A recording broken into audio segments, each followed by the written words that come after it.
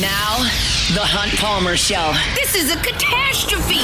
You are now listening to The Hunt Palmer Show. Brought to you by Renaissance Homes and Pools on 104.5 ESPN Baton Rouge. That's what I wished for when I blew out my candle. Locking down the middle of the day. Live from the Raising Cane studio. This is Hunt Palmer. The floor is yours. Welcome in. Hunt Palmer coming to you from the Raising Cane studio downtown in the capital city on this Wednesday. About half the work week in the rearview mirror. Appreciate you hanging out with us here on 104.5 ESPN Baton Rouge. Jacob Beck, Cassie Spazzali back there on the ones and twos. Fired up. You are here with us. Let's get things started. It's going to be a busy show. Got What If Wednesday coming up. We've got our normal sit down with JD Piquel, who's going to talk all things college football with us. Chase Young coming back. Ross Jackson kind of thinks over at LouisianaSports.net. Give you my thoughts on that. SEC football power rankings coming your way as well. So plenty to do. Let's get it rolling with our Genesis opening drive. It's time for Hunt's opening drive, presented by Genesis of Baton Rouge. All right, time to start gearing things toward LSU in South Carolina coming up on Saturday night in Death Valley. And I want to start with kind of the most obvious point in this matchup. It's the two guys who got the most hype in the summer and preseason. And it's a couple of guys who have had trouble getting things rolling. That's, of course, the two quarterbacks. If you were to look at mock drafts this 2 months ago, you would see Garrett Nussmeier in a lot of first rounds, a lot of top tens. You would see LaNorris Sellers in a lot of first rounds, in a lot of top tens. And they just haven't had that type of production through the first month of the season. Now, LaNorris Sellers obviously had a concussion in the first half of the Vanderbilt game, and that has hampered him in a way. In that game, obviously, he missed more than half of it.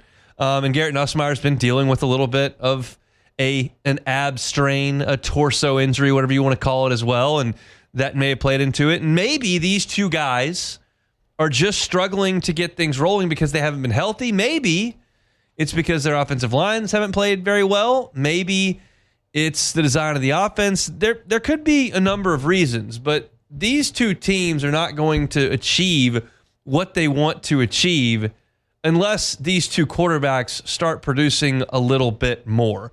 We know the Garrett Nussmeier story here in Baton Rouge, and certainly as the week goes on, we'll talk about LSU's offense against the South Carolina defense. But I wanted to spend this portion of the week talking about LaNorris Sellers. This is a guy that kind of came out of nowhere-ish last year. Like, yeah, he was a four-star recruit by On3. He was a four-star by ESPN. He was a four-star by Rivals. But it wasn't like every big program in the country was all over him. He was offered by Syracuse, Virginia Tech, Coastal Carolina. If you check his Rivals page, his visits, he went to South Carolina, he took an official to Syracuse, and he ended up at South Carolina. Juice Wells was the number 2 wide receiver at South Carolina 3 years ago.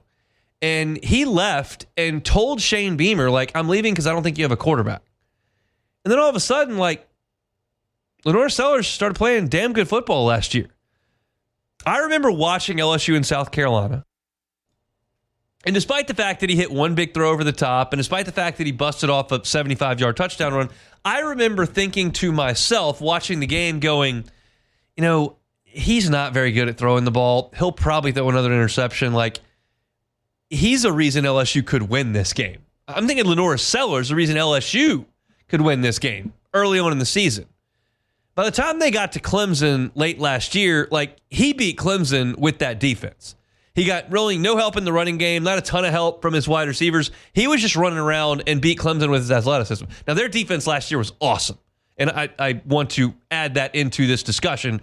But Sellers was kind of a one-man band at times on offense last year. That's how freakishly athletic he is.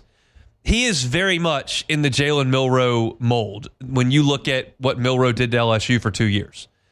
There are plenty of mobile quarterbacks that aren't like this. Mobile can mean, yeah, I can get you 9 on 3rd and 4 all day. Yeah, I can evade a pass rush. But mobile doesn't mean I've got 75 yards to the crib in my jetpack. Like, Jaden Daniels had that, and Jalen Milroe obviously had that, and LaNorris Sellers has that. Now, is he the most polished passer you've ever seen? No. I'll tell you this, and I've referenced this a lot, but it's my perspective, so it's what I had to draw from. When we were about to go to Atlanta for SEC Media Days in July, I watched all the returning SEC quarterbacks on YouTube from their highlights. Just what happened last year on the good side of things. Let's take a look. What do I see? And I told you, like, I watched Marcel Reed and I went, that looks better than I remember. And I watched LaNorris Sellers, and my takeaway from his first year as a starter last year on the highlight reel in July was nothing on this is on schedule. This is a guy running around, backyard football. I'm bigger, I'm faster, I'm stronger. You're not prepared. If you're in man and you turn your back to me, I'm taking off. It was a lot of park football. And I was curious how big a step forward he would take this year from the pocket. He was never going to just sit in the pocket and do all his work from there. Why waste a horse of an athlete with that? But I was curious, like, does he look significantly better? The answer is probably not. Like, South Carolina's offense doesn't operate a lot. Snap the ball to Sellers, whether it's a play action in the backfield or just sit back there and go to work. That's not what he does. They do a lot of things to get the ball out around the line of scrimmage. They do some things to move the pocket. And a lot of times he looks to one side of the field, that's not really there, and then he just starts moving. And he's moving to his right, and he's going to step up, and here's the defensive end. Well, he can outrun him and see if he can extend the play a little bit longer, and then what comes open? And that's a lot of what South Carolina tries to do in the passing game. And I'll tell you one of the things that they do produce, because they're not throwing the ball well at all. Like, they don't throw the ball well. They're not super productive. You look at LaNorris Sellers, he threw for 209 on 12 completions against Virginia Tech. And then against Kentucky last week, 11 of 14 for 153 yards. The outlier here is the game at Missouri, 18 for 28, so a low completion percentage, just 64%, but 302 yards and 2 touchdowns. But how are they getting these? How are they getting to these yardage marks if I'm telling you they're not super productive through the air? They will hit the big play. Virginia Tech, 64-yard touchdown over the top to Nick Harbor, who's a freak of an athlete. Against Vanderbilt, they had a 33-yard pass early in that game. But against Missouri, long of 49. Against Kentucky, a 59-yard touchdown. They will throw the ball deep with some effectiveness. And how does that happen? Well, a lot of the times, that's because teams are focused on taking Sellers away around the line of scrimmage. And yesterday, at player interviews, we heard from a couple of Tiger defenders. We heard from A.J. Halsey, and we heard from Jamari Butler. And Butler was talking about the importance of running within your lanes when you pass rush. And then Halsey talked about plastering. You have to plaster to your wide receiver. You may have to cover longer in this game because their quarterback's going to run around a little bit. They have been coached on this for 2 weeks. And it's not unlike Cade Klubnik to an extent. He will do that as well. Lagway, not as much. And then Trinidad Chambliss, yes, will do that. But South Carolina, they will get some plays because things break down. You get a busted a busted play. He's outside the pocket. Somebody creeps up. Their eyes aren't where they're supposed to be. Boom, big play over the top. And big plays are a huge part of this South Carolina offense. The efficiency with which they move down the field is oftentimes not great. That's magnified. You look at the fact they're dead last in the SEC in total offense. And not only are they dead last in total offense, they're 23 yards per game behind 15th place Kentucky. You're talking about an offense that ranks 92nd in the country in scoring. They have not been great. And if you look at their point totals, six non-offensive touchdowns have boosted that. Their defense has put points on the board. Their special teams have scored. They had a special team touchdown against Virginia Tech in the first game. Like, they are scoring in other ways. The offense has not been super productive. But when it comes to Sellers, his running numbers are not what I would expect them to be, and sack adjustment is a big part of this. But he's only run for 98 yards on the season because South Carolina has allowed so many sacks and have taken those away. So those numbers are skewed. He's certainly running for more than 20 yards per game when you take out the sacks. But he's only got one rushing touchdown, and it was on their first drive of the year. They went right down the field on Virginia Tech. He did a design run right up the middle, ran over a safety at the goal line, touchdown. That's the last time he crossed the goal line. That's really hard to believe. You look back at South Carolina and LSU last year, South Carolina's first drive, drove it down the field. They ran a design run from the LaNorris Sellers. LSU bottled it up at the line of scrimmage. He bounced to the outside and beat a defensive back to the pylon. Touchdown. And then you remember he does the read option, 75 yards up the gut for a touchdown, showing breakaway speed. But for him to only have one rushing touchdown this year is almost malpractice. So for LSU, the key here is twofold with Sellers. One, there is a quarterback run element to this that you've got to be prepared for. That does include when you rush the passer, don't go too far and open up lanes. Because yes, Harold Perkins is a freak athlete. Yes, Whit Weeks is a freak athlete. Do you want those guys chasing LaNorris Sellers to the corner a lot? Probably not. Like, they'll make their fair share of plays, but Sellers is too. So you got to keep him in the pocket. And when you keep him in the pocket and that play develops a little bit longer because he doesn't immediately come out with it in rhythm, which a lot of this stuff is not in rhythm, your defensive backs have to know to plaster, to stay on their guys longer than usual. There's an internal clock in every defensive player's head. And they know when, generally speaking, you probably don't have to cover much longer and something's going on. With South Carolina, you've got to extend that because oftentimes he will look at that first read, it's not there. Maybe you get to that second read, that's not there, and then the feet start moving. And he might step up and out. He might just roll out. He might have to evade a defender or two and change direction. And all that time, you've got wide receivers and tight ends moving around out there. And by the way, Nick Harbor is literally an Olympic hopeful in track, and he's like 6'5". So there are weapons out there that you've got to stick to longer than you're used to. But the good news is, and this should come as no surprise to anybody, LSU's been coached on this for a week and a half. Like, the players came out and said it. And one of the things I like about the LSU players this year, I've noticed this, is that when Brian Kelly says something in a press conference, usually the players will use the same terminology. And that suggests it's been kind of beaten into their brains, and this is the focus this week, and this is what you've got to do. This is not a South Carolina offense that's doing much of anything against anybody. But if you let Sellers do what he wants to do, which is run the ball, extend plays, hit big plays down the field, that's where they can get you. LSU knows that. They're aware of that. You've got to make sure that that doesn't happen. If you make South Carolina... Remember the first drive that Ole Miss scored on 2 weeks ago? 17-play drive? I don't think South Carolina's going to do that. I think that Lane Kiffin would coach circles around Mike Shula. I think that Trinidad Chambliss is a better operator of the offense in that system than LaNorris Sellers is here. They want chunk plays. They want to get it going down the field. And if they don't get that, they're not moving the ball a lot. They're the worst total offense in the SEC. It's easier said than done. I'm well aware of that. But you got to figure this out. Gary Nussmeier and his group have got their problems as well. But this LaNorris Sellers-led offense is not doing what that many people thought they would do back in talking season in the summer. That's our Genesis opening drive here on this Wednesday. We'll step aside. J.D. Piquel in 15 minutes. It's What If Wednesday next. The Hunt Palmer Show. One Bath and Closets. OneBathAndClosets.com is the website. David Duvall and his team, 30 years redesigning, remodeling bathrooms and closets. If your home was built somewhere in the neighborhood of 2000, it's about 25 years old. Maybe it's 30, maybe it's 18. But if it's in that age range, you may start to see some of the fixtures and some of the functionality of your bathroom being compromised. That's about the time that may start to happen. Don't just call the guy down the street, slip him some cash, and see if he can patchwork it together. Call the company that's been doing this for 30 years. Call the company that's licensed, bonded, and insured.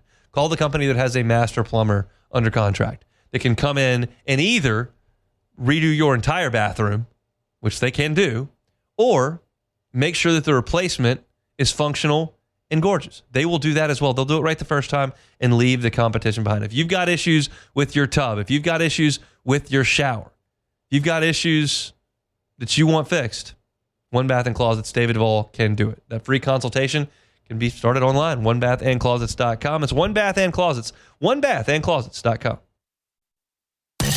You're listening to The Hunt Palmer Show, brought to you by Renaissance Homes and Pools.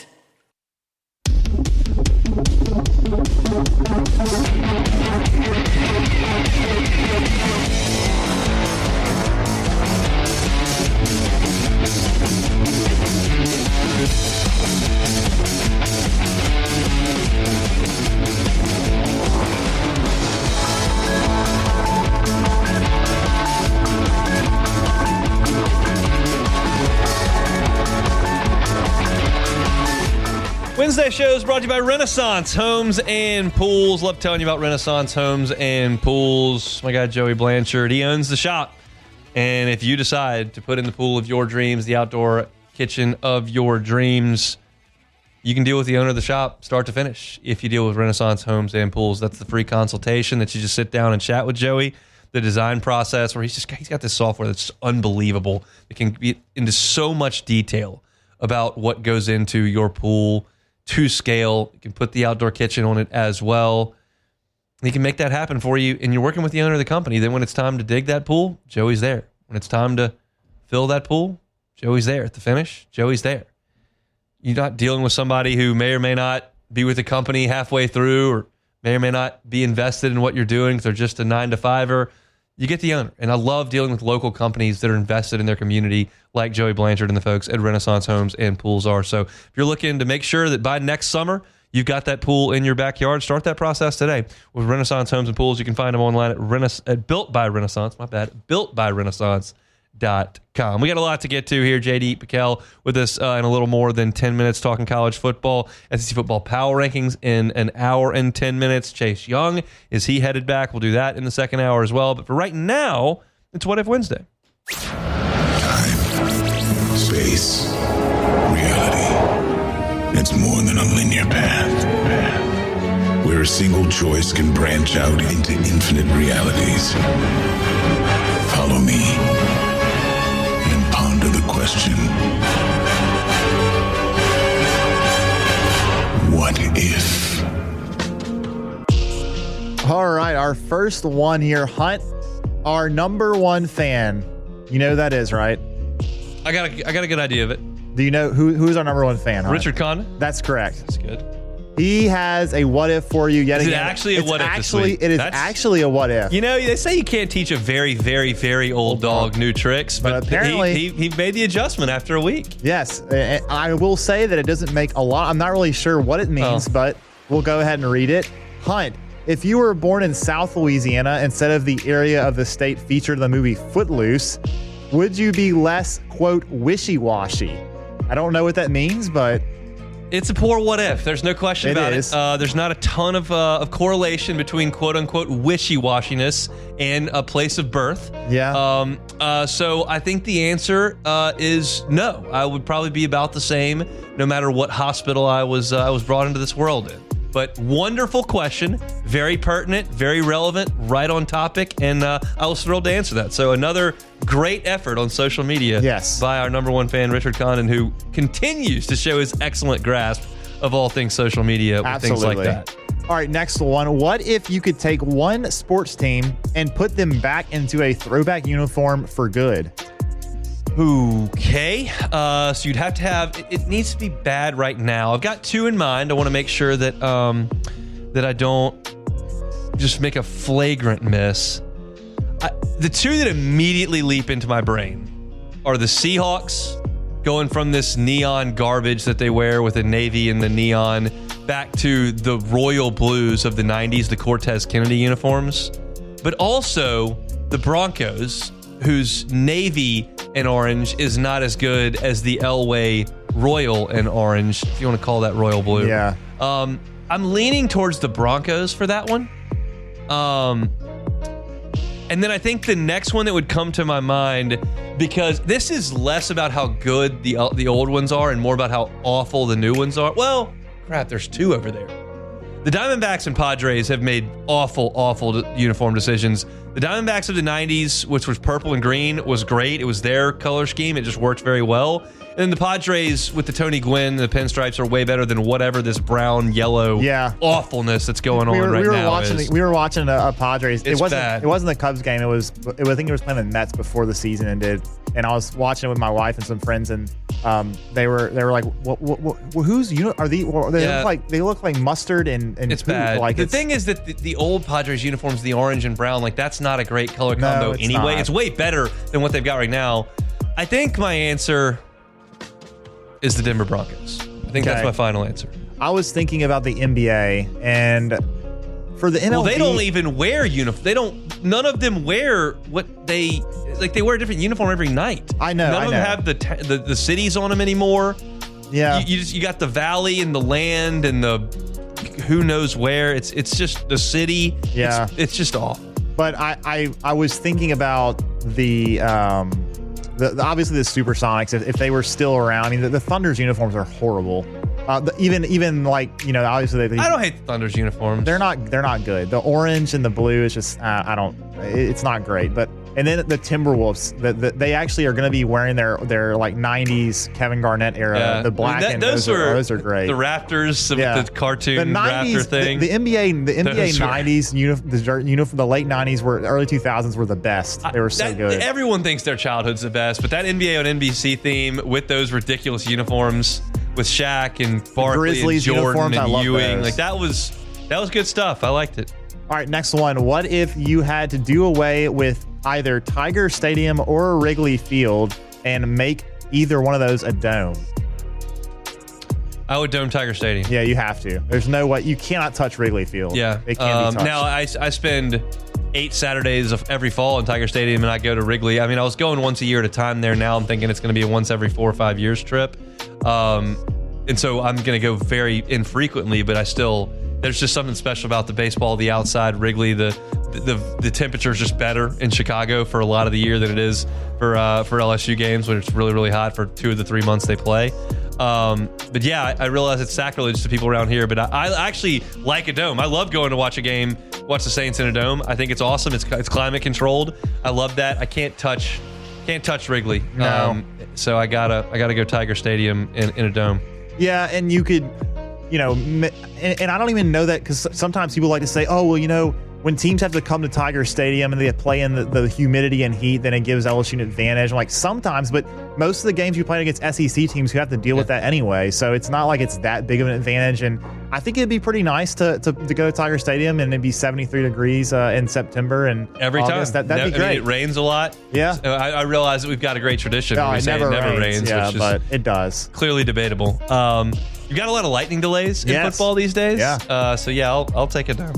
Alrighty, next one here. What if the Cubs lose today? I think the genesis of that question is like, is the season a failure?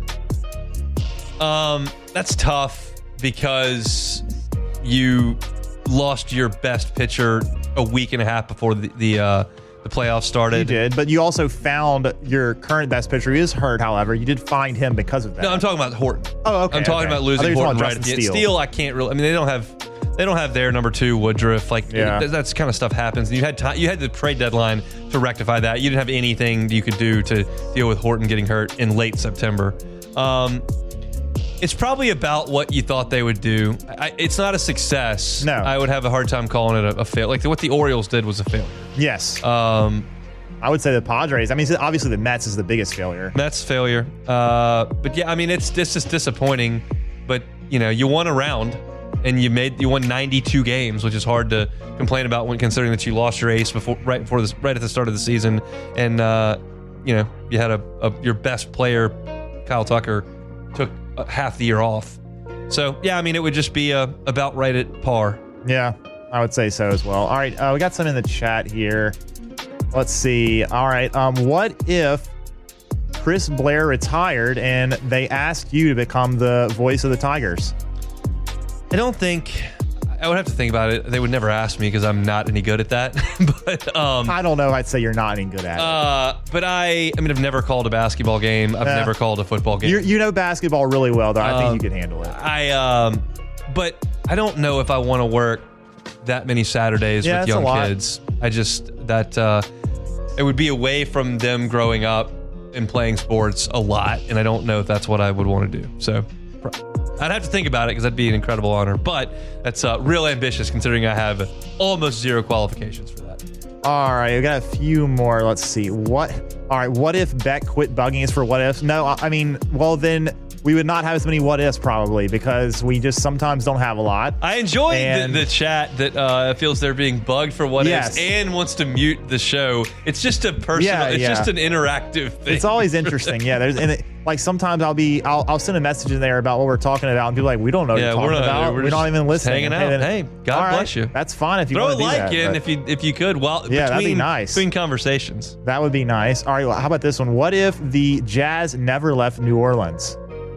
I mean, that would be awesome. They could go back to the Mardi Gras colors, and the Jazz are a great team name, and that would be very, very good. It doesn't make a lot of sense in Utah. Nope. And maybe there's a deeper seated passion for that franchise in New Orleans. The history, the generations were combined. You lost maybe a generation there. You did. Without having a team. So it's just the Saints are so interwoven into the fabric of that place, and I just don't get the sense the Pelicans are quite the same. That's probably because they were the Jazz, and then they left, and then they were the Hornets, and then they were the Pelicans, and then they don't win. And so it's like that's just a tough. Not that the Saints have a decorated history; they have a decorated 15 years. Yes, that's the thing. You have to have you either have to have a long history or you have to win a bunch. Like you can't. There's no in between. And the Pelicans and the Hornets, Thunder have won a bunch. They're always good in the playoffs with the two different generations of it, with the Shai Gilgeous-Alexander and the Durant years. And then you've got like the Browns, who have sucked forever, but they're just there. And they still have a big fan base, even though they suck. I mean, the Cubs were like that for so long. They were so bad. They were the lovable losers, but they still had some of the highest attendance in the MLB because it was just the culture they had. So, the Jazz still being here, that would be awesome. And I do think they would still be big number two to the Saints for sure. But it still would that would have been a whole lot better than. Did you hear what BI had to say at his press conference at their media day?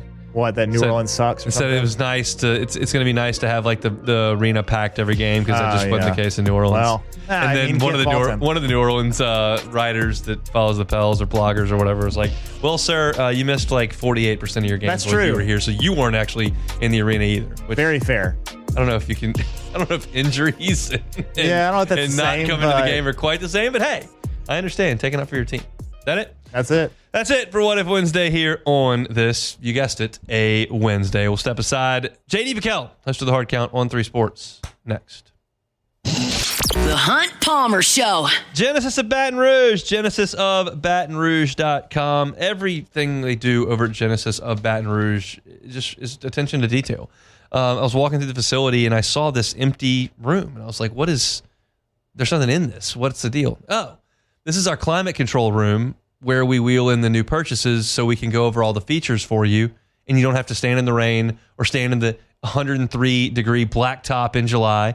You can learn about this new vehicle in a climate-controlled area that's got AC. It's not something they had to put at the facility, but that's just part of being a Genesis driver, part of the process over at Genesis of Baton Rouge. I'm telling you, this is a luxury brand of vehicles. And when I say luxury brand of vehicle, don't automatically throw your hands up and go, oh, well, can't afford that, because you've got that preconceived notion in your brain. Go see. Check out the inventory at genesisofbatonrouge.com. Go by and see them, airline at PQ. Just ask some questions. Say, I heard about you on Hunt. You're under no obligation, and I promise you, you're not going to get some salesperson breathing down your neck, upselling you, taking advantage of you. That's just not how they operate at Genesis of Baton Rouge. They're going to treat you as a guest, not a customer, and they're just going to help you in the buying experience. And then once you do make that purchase, 3 years of complimentary maintenance. They valet that. They come get your car, bring it back. It's just part of being a Genesis buyer. Put them on your list. Go by and see them. Airline at PQ. It's Genesis of Baton Rouge. You can find them online, genesisofbatonrouge.com. This is the Hunt Palmer Show, brought to you by Renaissance Homes and Pools.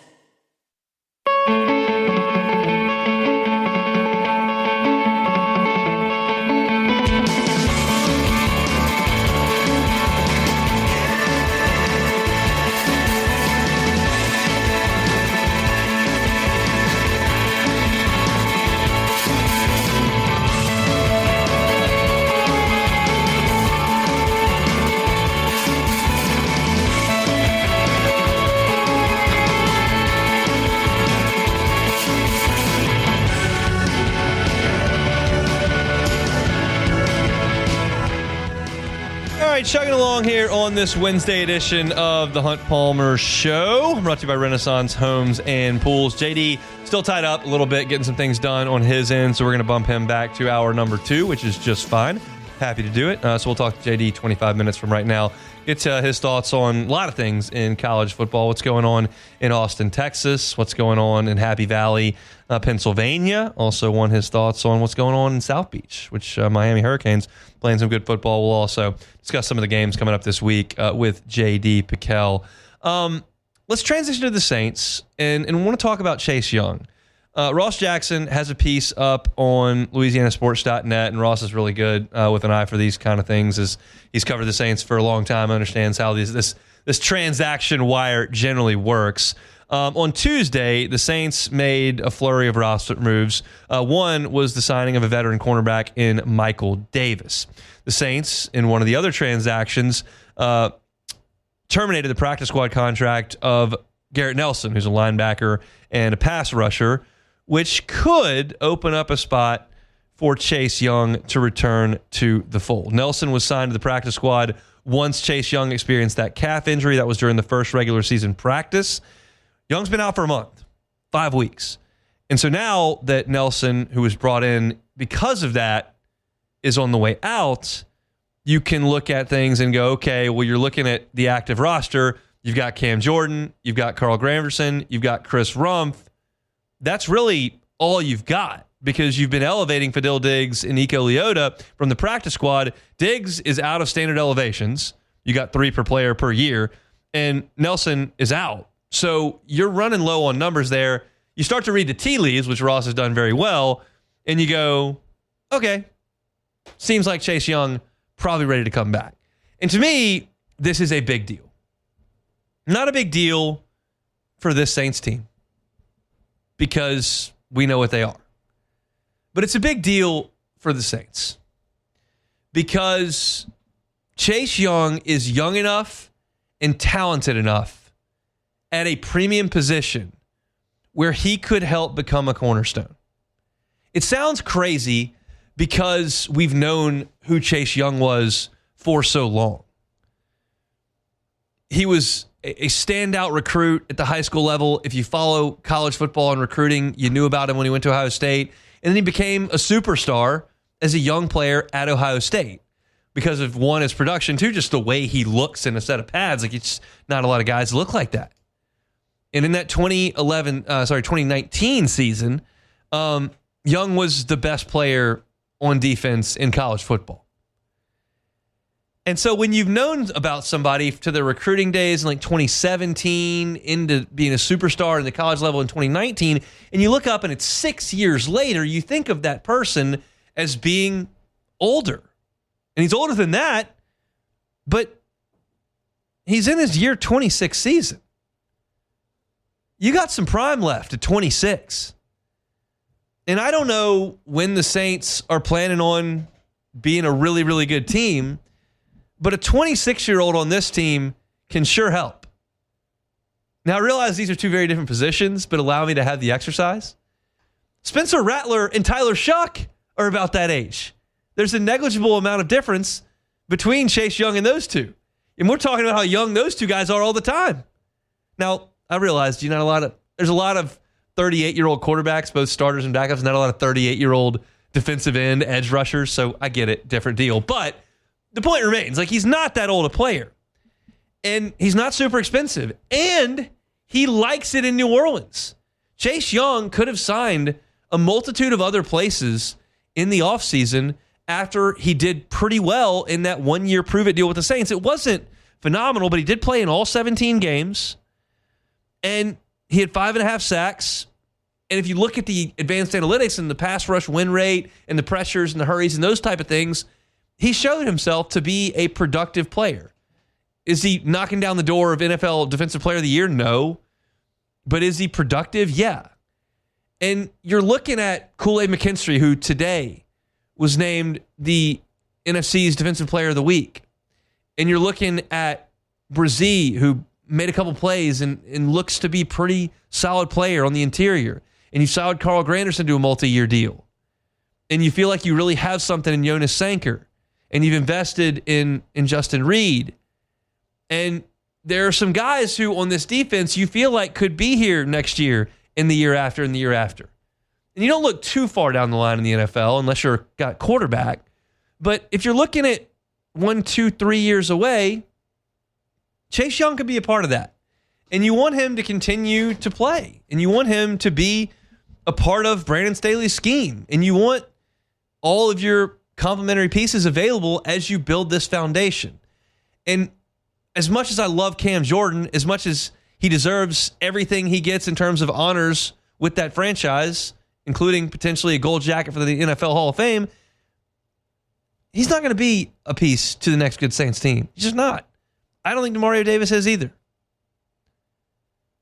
And you need those guys as locker room guys right now, but you need Chase Young as a player. And I want to see Brandon Staley's defense with Chase Young in the fold. I want to see if Chase Young's ability as a pass rusher helps Kool-Aid McKinstry, helps Alontae Taylor, helps your young corners, because he is creating pressures on quarterbacks who are having to make decisions more quickly to allow those guys to develop. So this is something I want to see quickly, and I think can help. I'm probably too bullish on Chase Young when you just look at his stat sheet. You're looking at a guy who last year 5.5 sacks, the year before that 7.5 sacks, and then in 12 games previous to that 2.5 sacks. It's not what you would have expected from the second pick in the draft. He's not as productive as the Bosa boys. He's not as productive as Aiden Hutchinson.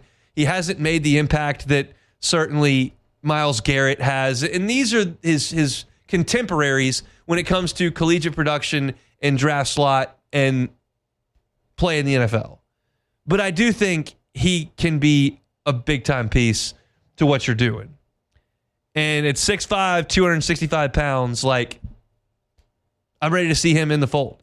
So hopefully this news is announced sooner rather than later, and that you do get the word that he's going to be active and he's going to be in the mix on Sunday.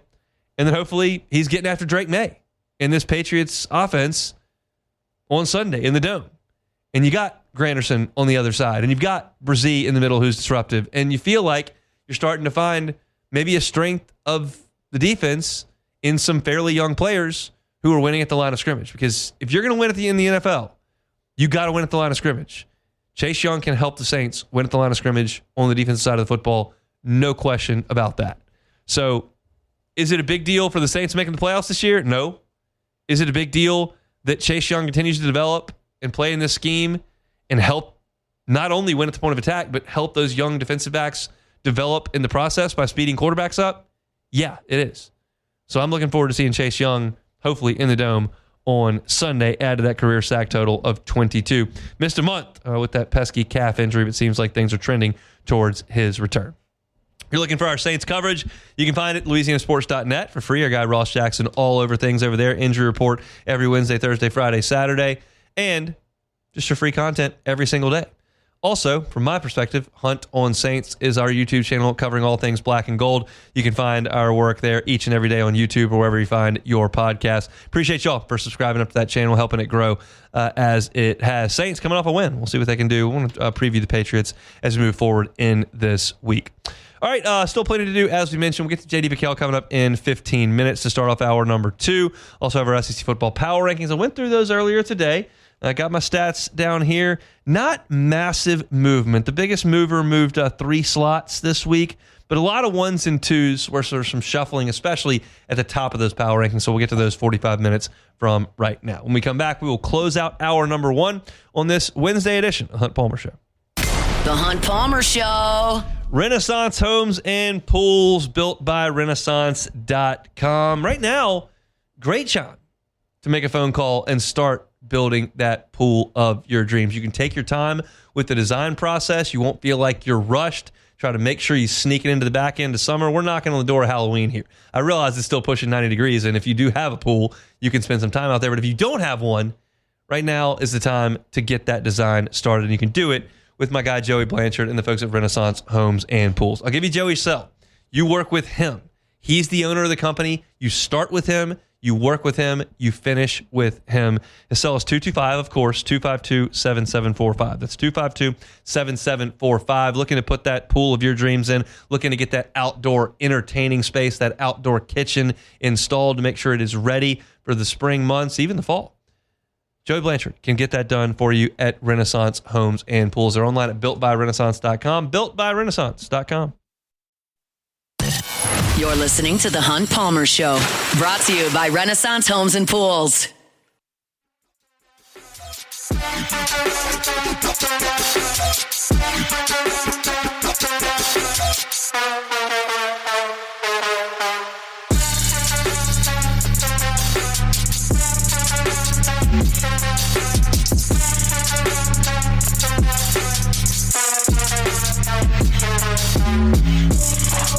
All right, wrapping up hour number 1 here on this Wednesday. Appreciate you hanging out with us. JD Pical in 10 minutes, talking college football, SEC football power rankings at the bottom of hour number 2. Brian Kelly was on the SEC teleconference earlier today, and Shea Dixon from On 3 asked what I thought was an interesting question. It was very open-ended and allowed Brian Kelly to kind of go wherever he wanted with it. He asked about what you look for in making changes on the offensive line mid-season without injury. Like, what are you looking for from your guys up there to make sure that they hold a spot or can win a spot later in the season? This is what Brian Kelly had to say.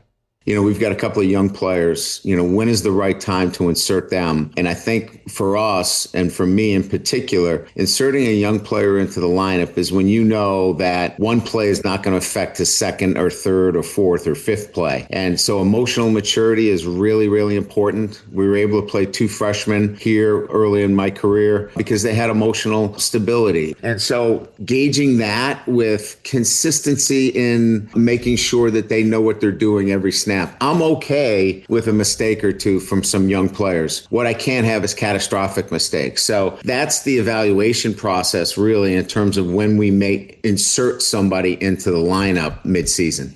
And I think the obvious person you're talking about here is Carius Kern, whether that's at right tackle for Weston Davis, whether that's at left guard where Paul Mabenga's banged up and Chester's kind of your swing man and Cohen Eccles has played a little bit. Does Kern get an opportunity in that spot as well? You heard Brian Kelly, when asked about Carius Kern in Oxford, said, yeah, reminded me of a young Emory Jones, made some, hustle mistakes, but he's out there, doing it as fast as he could and as hard as he can. And I think that's really good. I want to be very clear about this. When you talk about emotional maturity, he was talking about Will Campbell and Emory Jones. They played as true freshmen because they had a lot of emotional maturity and could play the tackle spot well because they wouldn't let a bad rep affect the next rep. And I want to be very clear. Carius Kern has had a lot of practice at LSU, relatively speaking. Like, he's had a spring, he's had a fall camp, he's had game list practice. I have seen with my own 2 eyes, 5% of Carius Kern's practices. I cannot speak to his entire body of work. We did see Carius Kern get really frustrated one fall camp practice. He threw his helmet down, was walked off the field because he kept jumping off sides, and he had to go and be taken away from practice.